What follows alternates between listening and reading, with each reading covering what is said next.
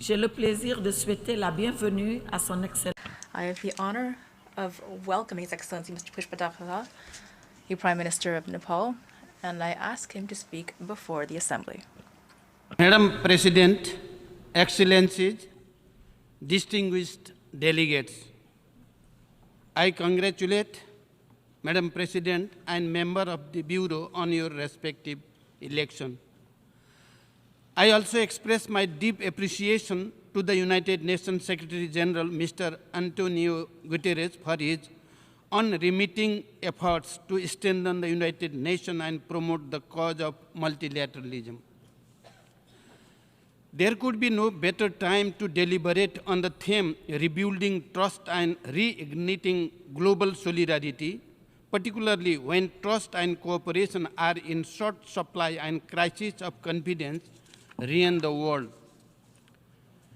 Today, due to the resurgence of geopolitical competition, power polarization and economic nationalism, maintenance of world peace and security, the foremost goal of the UN Charter, have come under serious strain.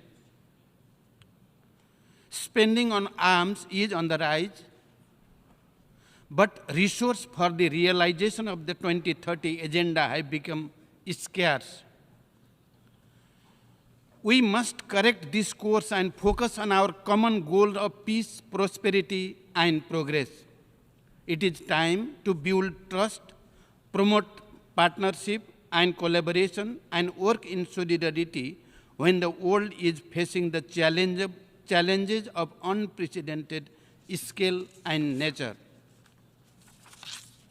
Madam President, I have fond memories of addressing this august assembly back in 2008 as the Prime Minister of a country that had just made a transformation of historic proportion, a transformation from armed conflict to an inclusive and nationally owned peace process, a transformation from centuries-old feudal monarchical rule to a democratic republican order, and a transformation to a multi-party democratic polity where participation of all sections of our society is ensured.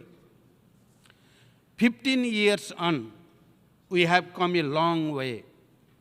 We successfully transitioned through a nationally led peace process. We promulgated a democratic constitution in 2015 by an elected Constituent Assembly, which has consolidated the universally recognized values of human rights, participatory democracy, periodic election, inclusive proportional representation, full press freedom, independent judiciary, and rule of law. The successive two cycles of federal, provincial, and local election have resulted in increased participation of women, Dalits, youths, and underrepresented communities at all levels of governance.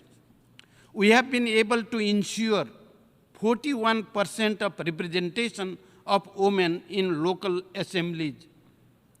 A minimum of 33% representation of women is constitutionally guaranteed in the provincial assembly and federal parliament.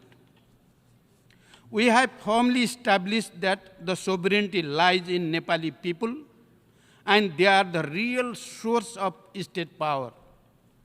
We are now closer to logically concluding our unique, nationally owned and homegrown peace process. Completing the remaining task of transitional justice is top on my political agenda. As Prime Minister of a co-signatory of the Comprehensive Peace Accord, I have been making serious effort to bridge the gaps and build consensus among the key stakeholders. An amendment bill related to the transitional justice has been tabled at the federal parliament to address the concern of the victims, strike a right balance between peace, justice, and reparation, and to make the transitional justice process broadly owned by our society.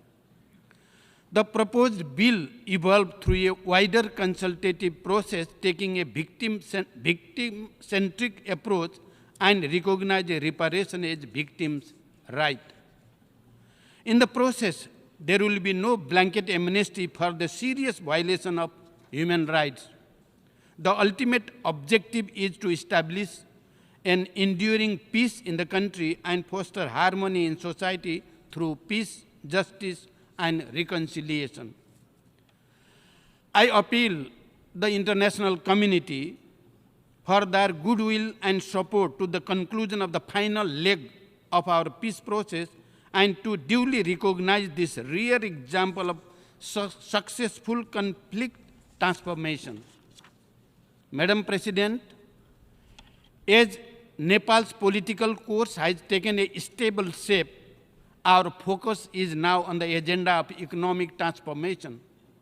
We are aware that political achievement can only be sustained by socio-economic growth and development.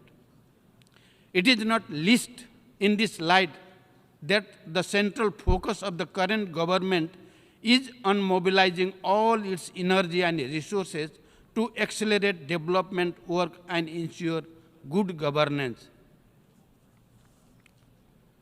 We are graduating from LDC status by 2026, and we are committed to making our graduation smooth, sustainable, and irreversible. We are currently in the process of finalizing the smooth transition strategy of graduation. We have put SDGs at the center of our development vision and priorities. However, crises such as COVID-19 pandemic, climate change, and heightened geopolitical competition have threatened our hard-earned progress in SDGs. We, therefore, call for an enhanced level of international support in the form of development assistance, foreign direct investment, export promotion, SDR allocation, technology transfer, and technical assistance. Nepal welcomes Secretary General's call for an increase in SDGs financing by $500 billion per year.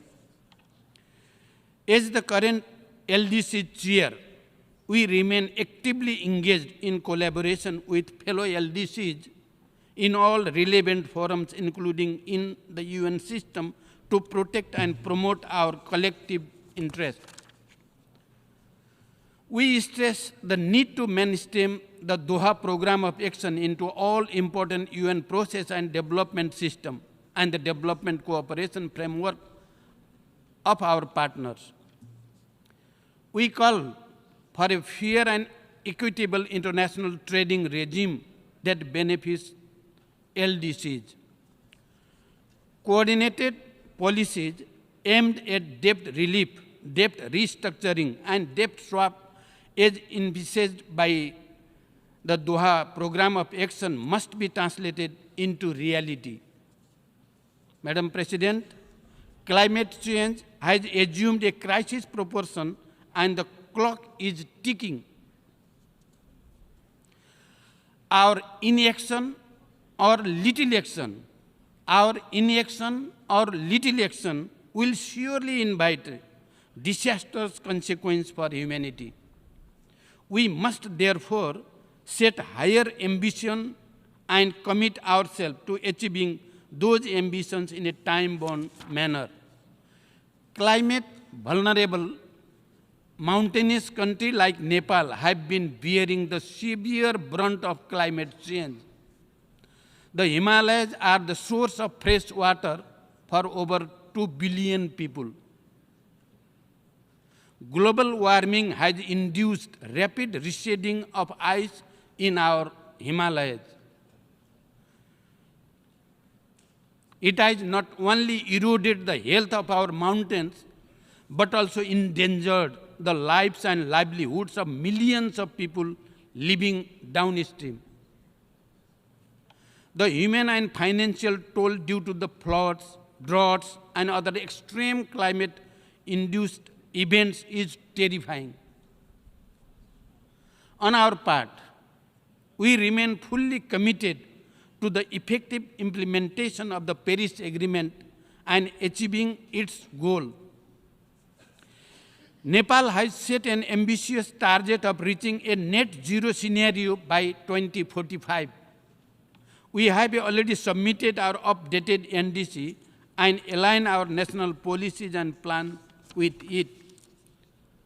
Our priorities include conserving and sustainably managing land, forest, and water resources, undertaking effective adaptation and mitigation measures, and promoting a green and resilient economy. To this end, we are working to ensure access to clean energy for all citizens. Easy access to climate finance will be the key to low carbon and climate resilient development pathways. Equally, crucial are the early operationalization of the loss and damage fund, fulfilling the target of the $100 billion commitment as well as doubling up of the adaptation climate finance. It is an irony. It is an irony that my country, Nepal, with 45% of its areas as forest, with rich biodiversity, and 15% of its land as high mountains, release least greenhouse gas emission but contributes significantly to ecological preservation, has unfairly suffered from climate crisis. These kinds of mismatch must be addressed through a compensation mechanism to the countries that positively contribute to the greening of the planet. Excellencies, it is quite distressing that conflicts within and between countries are on the rise. Nepal opposes any use or threat of use of force against the territorial integrity, political independence, and sovereignty of any country. People of Libya, Syria, and Yemen continue to bear the brunt of protracted conflict. Their suffering must end. We believe that the UN brokered truce in Yemen must be allowed to transition to a sustained peace. The protracted stalemate in Libya must get a way to peace and reconciliation. The Palestinian people deserve peace ending the prolonged conflict.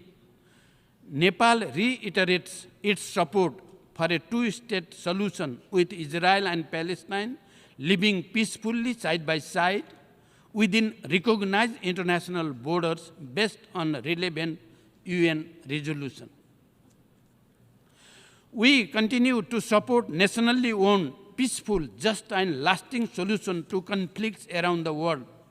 Peace founded on inclusion, empowerment, economic prosperity, and justice stand a better chance to last longer.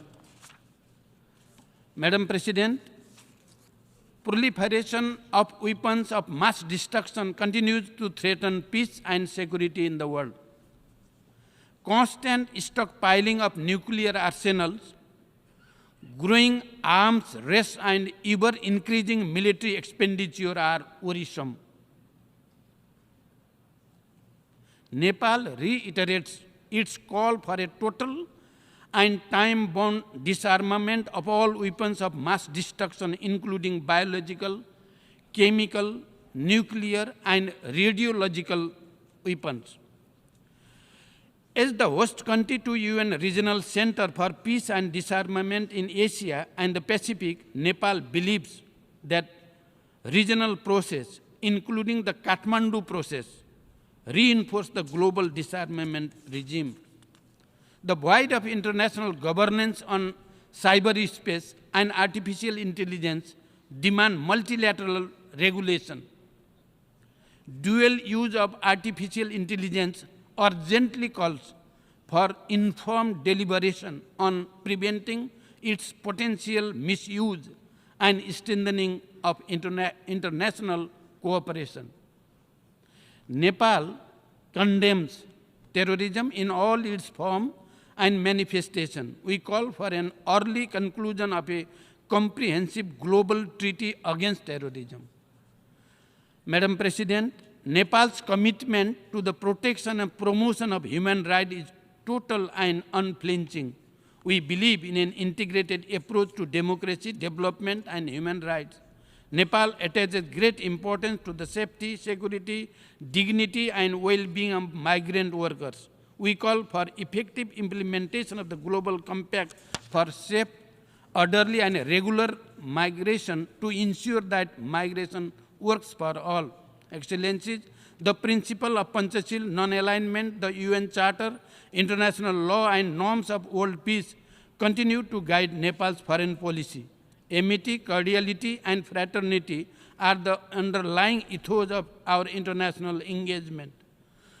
We want to promote relations with our neighbors and all other friendly countries on the basis of sovereign equality, non-interference, and mutual respect.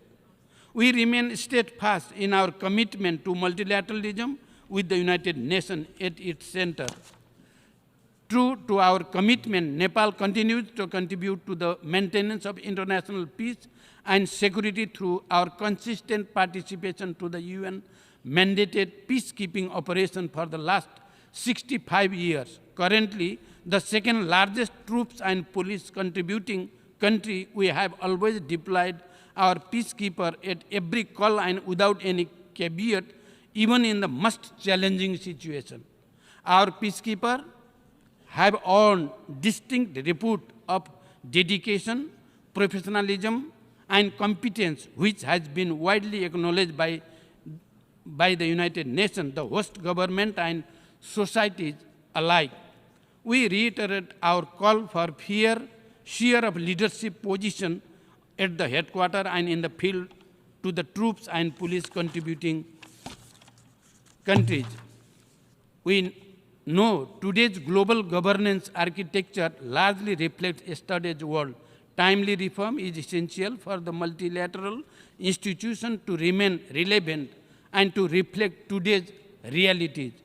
Nepal supports the reform of UN Security Council to make it broadly representative, democratic, transparent, and accountable. We call for the revitalization of the General Assembly and the Economic and Social Council with greater role to this vital organ. We need an inclusive and effective multilateralism to better respond to and deliver on the needs of the people and the planet. Structural reform to the international financial architecture is longer overdue. The voice of the countries in special situations, including LDCs, LLDCs, and SEEDs, must be heard. Their meaningful representation must be ensured. Only a more democratic, inclusive, fair, and representative international financial architecture can be an antidote to the deep-rooted inequalities, and gaps. In conclusion, Madam President, it is our collective responsibility to ensure peace and prosperity for everyone, everywhere, and to ensure that no one is left behind. I thank you for your kind attention. Thank you very much. Au nom de l'Assemblée générale, on behalf of the Assembly, I wish to thank the Prime Minister of Nepal for the statement just made, and I request protocol to escort His Excellency. Nepalkhabar.com